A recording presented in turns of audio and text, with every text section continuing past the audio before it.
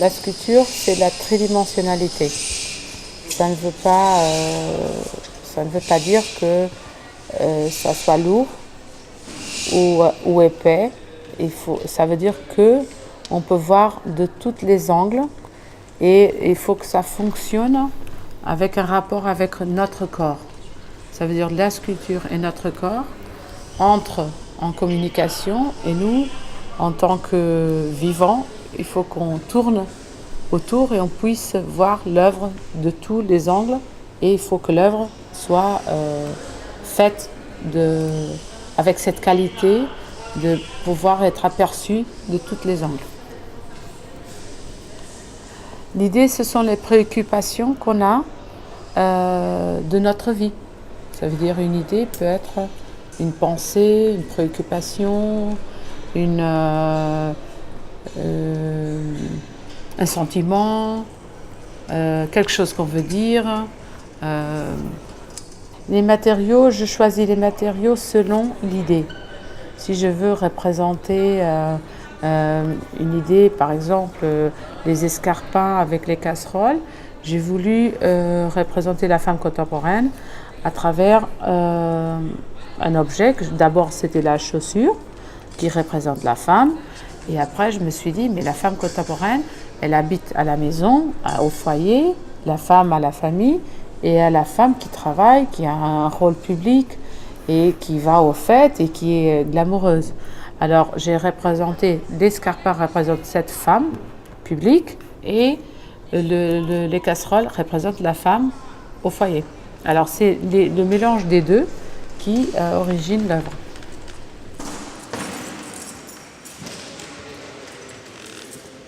La couleur, je l'utilise aussi comme un matériau. Ça veut dire que, par exemple, pour la Valkyrie dorée, j'ai toujours voulu faire une pièce qui s'appelait la Valkyrie dorée, mais ici à Versailles, j'ai rencontré le bon lieu pour installer cette œuvre. Et quand je suis venue, j'ai bien regardé le plafond, tout les travaux de stuc et tout ça, et j'ai choisi les laines, les tissus, selon l'ambiance du lieu. Ça veut dire que, par exemple, quand je travaille une pièce qui a des références culturelles dans un pays comme la Turquie, par exemple, j'achète les tissus et après je fais un raccord avec des laines parce que nous on fait toute une partie tricotée et on fait du crochet chez nous dans mon studio, mais je prends les laines qui ont des références aux tissus que j'ai choisis. Ça peut être des tissus d'Afrique du Sud, de la Turquie et de Chine. Mais après, je choisis les couleurs des laines selon les tissus. Ça veut dire que la couleur n'est pas un accessoire, est un matériau que j'utilise selon l'idée. Si je vais faire une pièce qui est une pièce plus calme, je n'utilise pas des couleurs brillantes. Si je fais une pièce sur le Portugal, par exemple, j'utilise les couleurs qui sont plus reconnues au Portugal. Et tous les pays ont une identité chromatique. Ça veut dire que selon la lumière, selon le pays, on a des couleurs différentes, on choisit des couleurs différentes. Et je crois qu'il faut faire beaucoup attention aux couleurs pour qu'elles ont notre identité. Le textile, c'est un matériau que j'utilise pour en tant que matériau de sculpture aussi, ce que n'est pas très direct. Normalement, les matériaux de sculpture, ce sont le fer, le plâtre, le marbre, les pierres. Il y a ce que j'appelle les matériaux traditionnels de la sculpture. Et moi, pourtant, tous les matériaux sont possibles. Dès que j'ai une idée, je choisis le matériau correct pour exprimer cette idée. Alors, ça veut dire que ça peut être n'importe quoi, ça peut être textile, ça peut être un verre, ça peut être une bouteille, ça peut être une chaise, ça peut être... Tout est possible.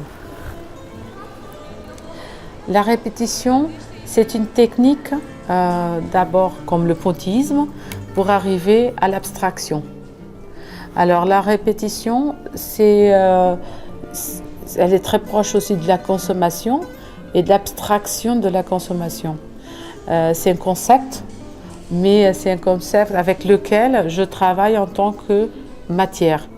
Alors, il y a un moment qui est le moment de s'apercevoir de l'objet dans toute sa tridimensionnalité, de toutes les perspectives. Et après, il y a le moment de la matière. Et ce sont deux moments de pensée différents aussi. J'utilise le changement d'échelle aussi comme une matière. Ça veut dire que quand j'ai une idée et je la transforme physiquement, je la fais physiquement, et quand je choisis la matière, par exemple le tampon ou la casserole ou la fourchette ou la bouteille, je rencontre l'échelle. C'est une conséquence de la matière. Ça veut dire que je ne fais pas des pièces grandes parce que oui, parce que c'est bien de faire des pièces grandes. Ce n'est pas du tout ça, c'est une conséquence d'une pensée et d'une façon de penser.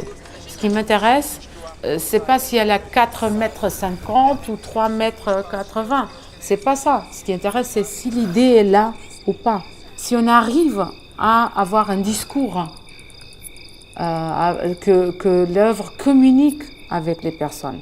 Si l'œuvre communique, très bien. Si elle ne communique pas, ça c'est le problème. Mais ce n'est pas la taille qui communique, c'est tout l'ensemble. C'est l'objet, la taille, la tridimensionnalité, la façon dont la pièce est installée, comment elle est illuminée. Tout ça fait l'œuvre. L'artisanat, c'est une richesse culturelle qu'il faut qu'on regarde bien parce que ça fait beaucoup partie de notre culture et d'un savoir-faire qui est ancestral dans beaucoup de cas. Pas l'artisanat contemporain, je parle de l'artisanat, des savoir-faire qui viennent de génération en génération et que les gens apprennent une des autres. Et au bout d'un moment, elles ne savent même plus pourquoi elles font ça, mais elles le font avec beaucoup de dédication, avec beaucoup d'intelligence. Je crois que l'artisanat, c'est le corps, c'est une partie centrale du savoir-faire des identités culturelles.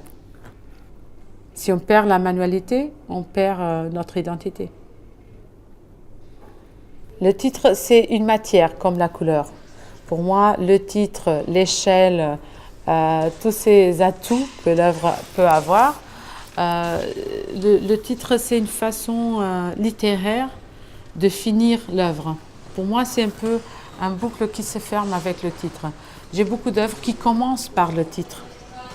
C'est le titre le premier aspect, ou des fois, elles finissent bien à cause du titre.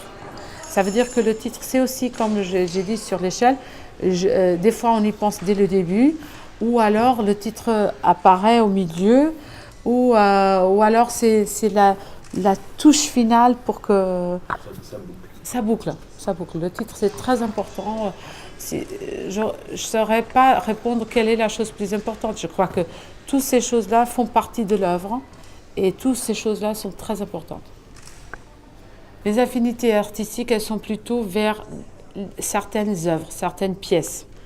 Je ne suis pas une fan de certains artistes où j'adore celui-là ou je déteste celui-là. Ce que je crois, c'est que tous les artistes au monde ont eu au moins une fois l'opportunité de faire quelque chose de spécial, quelque chose de différent. Ça veut dire que je crois que les plus connus, les moins connus, les danseurs, les designers, tout le monde a eu son opportunité de création.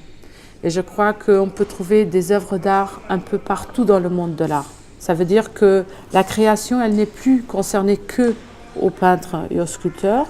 Aujourd'hui, la création, elle est beaucoup plus ouverte. Ça veut dire qu'il y a beaucoup d'artistes dans le milieu artistique. Il n'y a plus que l'art contemporain. L'art contemporain, c'est une partie de ce royaume qui est très importante, mais plutôt qu'un artiste de référence, je voudrais bien parler des œuvres de référence. Alors, il y a des œuvres qui m'ont marqué. La Guernica, c'est une œuvre qui m'a marqué pour toujours. Mais voir certaines pièces de Louise Bourgeois, ça m'a marqué. Ou Velázquez, ou Goya. Alors, il y a tellement de gens impressionnants, ou un bon concert, ou un bon film. Ce sont tous des grandes œuvres.